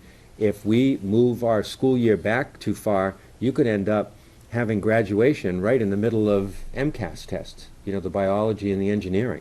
So there's a lot of moving parts. But for right now, this is the only moving part I'm bringing forward. There had been a mom here who was going to talk about it, and she left. I tried to text her to see what did you want to say, but it's too bad. So. Well, for the other moving part about combining it to a March vacation, if the discussion's happening now, why couldn't we look at it for next year? Because right now it is, as you said, it's a discussion among school committees and superintendents, and it's February. It still seems kind of early. But. Yeah, you could. There's no formal vehicle to bring all of those people together right now, and I'm not sure. And we're having our next meeting with the commissioner in March, so this is on the topic, because I'm not sure that the state could turn around the testing schedule fast enough to implement it in the spring. But now I'm also seeing that the commissioner has been quoted a number of times in the paper saying this is a good idea. So the time may be right. Yeah, I think it's an extraordinary confluence of circumstances, and for So once, it's not just us getting beat up in the snow, it's the whole state. We'd all push for September would be great, but I kind of know how the wheels of all of this work, and they haven't been greased in a while, so they may not work as fast as we would like them to. Yeah. If kids are absent on that 21st, 22nd, 23rd, obviously that goes into how attendance affects us. So is that a conversation that's happening with the commissioner? Yeah, that's what I said earlier, is that I think Even all about of this these too. shifting of dates is not going to just affect us, it's going to affect other districts. And then what you're going to get is not a true representation of Right. attendance. Right. Kids that are planned to leave already, Right. they're going to be gone, and it's going to be an absence. So I'm going to be pushing for at least looking at some sort of an adjustment, or I don't know if they can do a bye year or whatever, given the storms, that we've all experienced. And what always works is that if more people have experienced it, you have better leverage. When we had the ice storm, we had very little leverage with anything. It's like nobody even knew there was an ice storm here or cared. And, we'd be spreading it out there, and the rest of the state went, ice storm, what ice? What are you talking about? No, go to school. So now it's been different because this has affected everybody. Okay, any other questions on the calendar? The calendar, is June 5th set in stone now for, will it be for graduation? Whatever's, yeah, that hasn't changed. Yeah, No, okay. The only thing that's changing here are the days that you see in yellow, Okay. okay? 4 days or something wouldn't affect graduation? No, No. no. Okay. Yep. The other thing is, you've got a draft budget calendar, just to kind of give you a sense of where things are and when they're coming. There's already, that's why it's a draft, there's already a change. I was going to meet with ADCO on February 24th, that's now been moved to March 4th. And that's going to be just the 40,000-foot view of, here are the big things that we're looking at in the budget in terms of big numbers. And then I'll be scheduling opportunities for principals to come back. Last year or the year before, we started that, where they come back at the beginning of the year, and they come back sometime at the middle of the year. And then this year, I want to try to have them tie some of their conversation with you about their progress to the budget, to what they're looking at in terms of next year for the budget. Any questions on the budget calendar? Donations? Andre, just Yep. for school committee,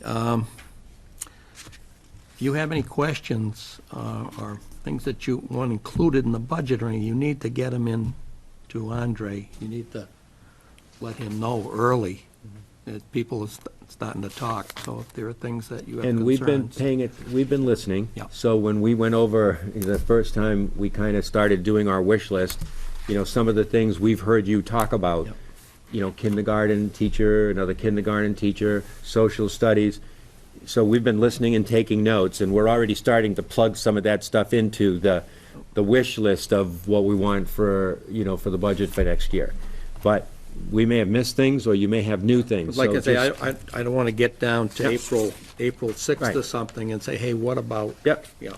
So if there are things that are, a passion for you that you've been talking about for a while, and then we'll send out, maybe we can send out some hints of the stuff we're looking at to see, oh, okay, it's there. That's what I was hoping was going to be there. And then if it's not there, say, wait a minute, what about this? Okay? The next part are donations. And I have one that's a little near and dear to my heart here. This was a total surprise from my son. He called me and said, a lot of people did things for me when I was playing baseball, and I want to give back. And I know everybody's trying to make a team and do things for Fitchburg High School. So I put him in contact with Ray Cosenza, and he made a donation to the Fitchburg High School baseball team. And it was also exciting news today. Last year, at the end of last year, we had 6 students who were coming over from last year onto the baseball team. We've had over 40 students try out for the baseball team this year. Can I say something too? On Sundays, I don't know if you're all aware of this, but the entire Fitchburg High baseball, softball, I don't know, coaches in the know, all those guys, they're running clinics free. I mean, my kids go to these free clinics for softball, and Mike Pellin, they're people with just incredible expertise. And I know a woman whose son is playing baseball. He's a freshman now, and she was saying it's just this incredible amount of kids that have been showing up to get this free workout in the gym at Fitchburg High. So that's pretty cool. Yeah, good stuff. So that, and then there's a recommendation. We've talked about this for the grandstand for Crocker Field. This is a piece that we're contributing to that. And then there's a line item transfer. I think this went to the subcommittee. The subcommittee, and it's for the high school, and it's a transfer of $1,165 from maintenance of equipment supplies to regular membership at the high school. What is regular membership? Is that on the sheet? Yeah, that'd be, I guess, with their dues. Your dues. Would be principal dues for Principals Association. Okay. The things like that. Midland, the Midwatch, and the NEASC, et cetera. So Jeremy, like I belong to the urban superintendent's groups, Jeremy belongs to a group called the Midwatch, and it's a group of all the principals of the school, the principals around here. I think, oh, and then park update. Yes, so, in your packets, everyone should have a copy. This was actually in your former packet from a couple of school committee meetings ago. But there's a notice that's gone home to parents in English and Spanish, describing the upcoming park assessment. And then tonight, and I will be having these documents posted on the district website. There are 3 documents. One is as recently updated as today on the Department of Ed website, 10 things parents should know about park. There's a revised or potentially revised park schedule. That's behind the green sheet. Because of all the snow days, a number of districts requested from the commissioner that they consider extending the either MCAS or park testing windows, and then for the high school, actually shifting, because science is still a required MCAS test, shifting the dates further into the school year to allow more instructional time. And the last packet, although it's not as recent, is a comprehensive packet of frequently asked questions and answers from the National Park website. So as school committee members and parents, you may hear from your constituents, or there may be people watching whose children are now going home talking about this. In all of our schools, we've conducted training for the entire staff. So I've had a chance to attend several of the school's training sessions, South Street, Crocker, and Longjo. The teachers who are administering park, it's a substantial, facile technology-based implementation process if they're doing the online computerized testing.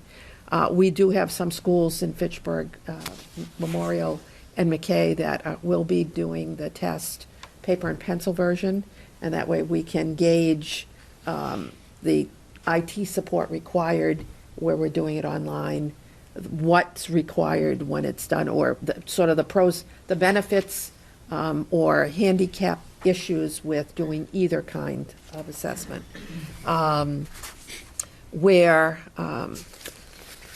We're beginning the park, they're called infrastructure trials, where the students are actually participating in sample practice tests, but they replicate the features of the online test environment.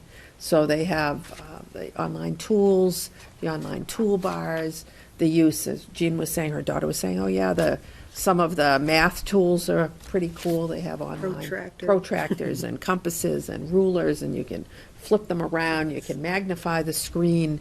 We believe we have sufficient technology for all the schools that are doing this with the online environment, but the loss with some of our equipment because of the leaky roofs recently, we're reassessing. So we're anticipating using Race to the Top funds, which we can use for assessment-related technology, to reinforce the IT replacement pieces if we need them, or as we need them. You'd get that in time? We have a couple of netbook carts on order, Chromebook carts on order now, and that should be sufficient to do the job for this year. For us to go full district technology, and we have sufficient technology at Memorial and McKay now, but it gives us a little room if we needed to borrow a cart from someplace, we could. And we're also piloting the assessment, English Language Arts and Math, at Fitchburg High in grade 11, with limited numbers of students, just to get a flavor of what that looks like. The class of 2019, that's the current 8th graders, will still be taking MCAS as the graduation requirement.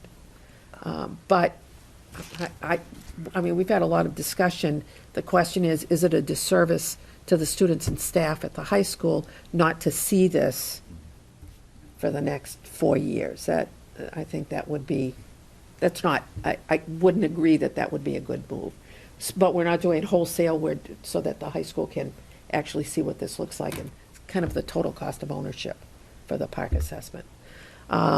We're also, and this is explained in that behind the green sheet, behind the blue sheet, on the second page, there's a check mark and a couple of little stars.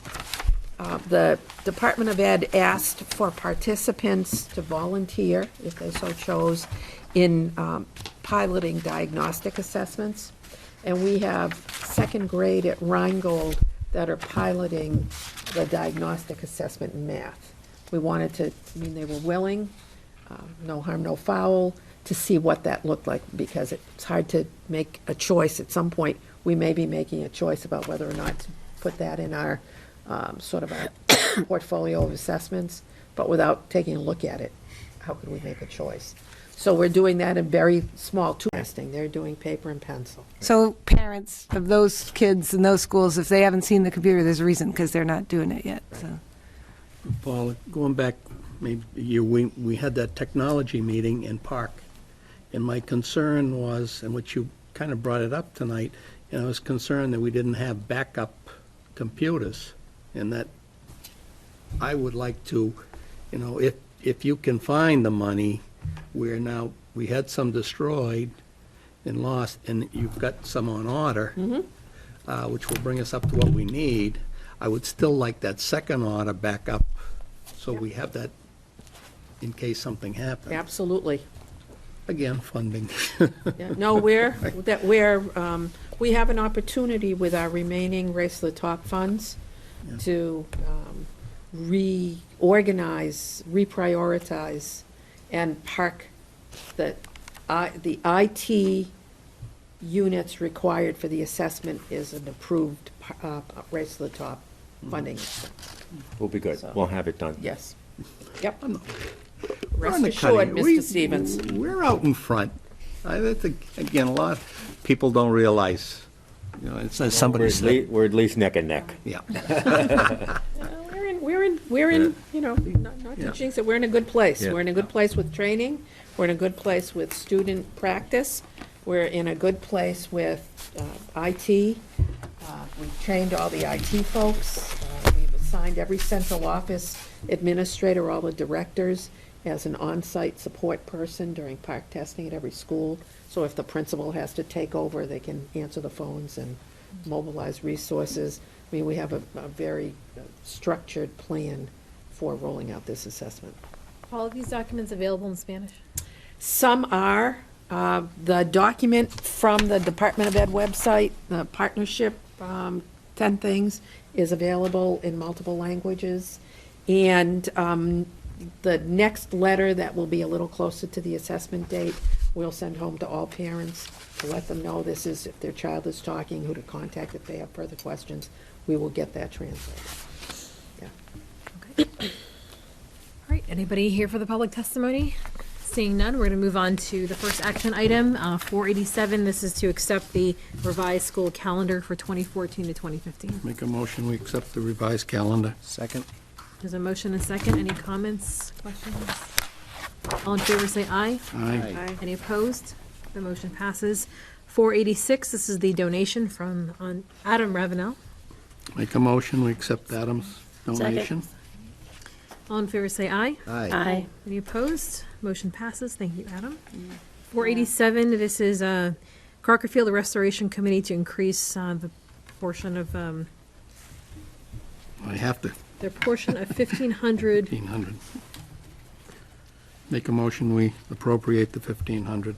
So it's 1,500 we're doing. 1,500. Yeah, to not add exceed to- 31. to- Okay. Yeah, to add to the, Okay. I'll second that. If they're, So portion by 1,500, not of. yeah. Okay. Yeah. There's a motion and second. All in favor, say aye. Aye. Any opposed? Motion passes. Before we move on to the next one, that was, we voted on item number 15485 really quickly, and I just wanted to say, and I'm sure everyone concurs, and we have a thank you note that's making the rounds. That's unbelievable, that Adam Ravenel would donate $1,000 to our baseball team. That's just over the moon, amazing stuff, just real paying it forward. What an awesome thing. So we have a thank you note for him, so if you can get it to his actual address, that'd be awesome. Thank you.